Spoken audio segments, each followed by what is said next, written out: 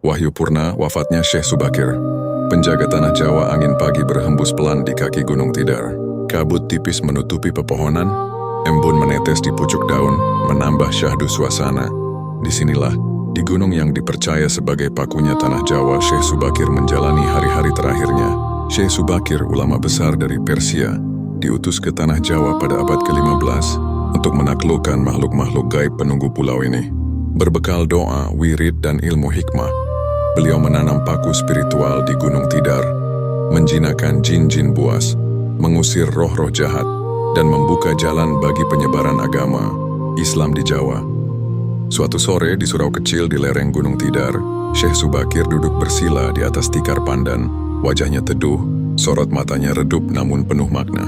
Beberapa murid setianya, termasuk Ki Ageng Pandanaran dan Ki Ageng Pemanahan, duduk bersimpuh di hadapannya. Syekh Subakir berkata dengan suara pelan, "Wahai anak-anakku, titian hidupku di bumi Jawa hampir sempurna. Paku tanah ini telah tertancap, keseimbangan jagat telah dijaga. Islam telah bersemi di hati rakyat Jawa. Kini waktuku pulang." Para muridnya terdiam, beberapa menunduk menahan haru. Dalam tradisi tutur Jawa, kematian seorang waliullah bukanlah akhir, melainkan awal abadi. Syekh Subakir mengangkat tangan, jari-jarinya gemetar namun suaranya tegas. "Tetaplah kalian menjaga paku tanah Jawa ini. Jangan biarkan angkara murka bangkit lagi. Lestarikan ajaran tauhid. Jaga harmoni antara manusia, alam, dan Sang Pencipta. Jangan tinggalkan leluhur, meski kalian berjalan di jalan Tuhan." Beliau kemudian memejamkan mata, menarik nafas panjang lalu menghembuskannya perlahan. Dalam beberapa riwayat tutur, diceritakan bahwa pada detik-detik wafatnya, Gunung Tidar berguncang pelan seolah turut meratapi kepergian sang wali.